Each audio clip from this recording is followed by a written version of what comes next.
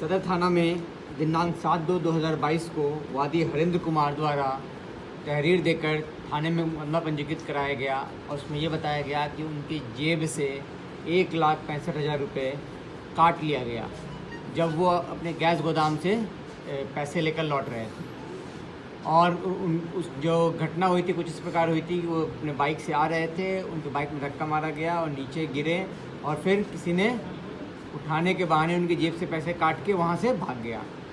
इसी की तलाश में पुलिस लगातार उन अभियुक्तों का तलाश कर रही थी और हमें फिर जानकारी मिली कि वो अभियुक्त यहाँ आने वाले हैं, तो हमने फिर से उनको घेराबंदी करके उनको गिरफ्तार किया। उनके कब्जे से 45,000 रुपये बरामद किए हैं। और इन अभियुक्तों से पूछताछ में ये बात भी सामने आया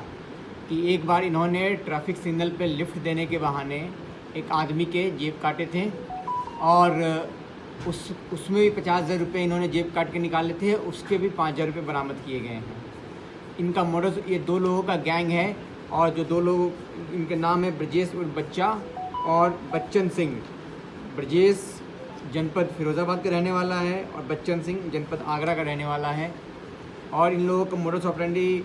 है कि ये किसी भी गाड़ी को धक्का, जब पहले रेकी में पता कर लेते हैं कि इस व्यक्ति के जेब में पैसे हैं, उसके उस गाड़ी को धक्का मारते हैं। धक्का मारने जब वो गिर जाता है तो उठाने के बहाने जाते हैं और उसके जेब में ब्लेड मार के उसको पैसे निकाल के भाग जाते हैं। और दूसरा, जब ये गाड़ी में चलती गाड़ी में समझ लेते हैं कि इनके पास पैसे हैं तो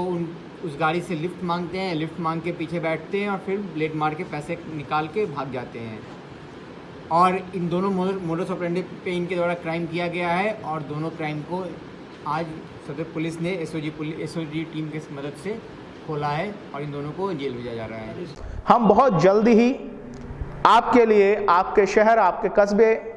में क्या कुछ हुआ है पिछले 5 सालों में, क्या वाकई आपके नगर पालिका के चेयरमैन,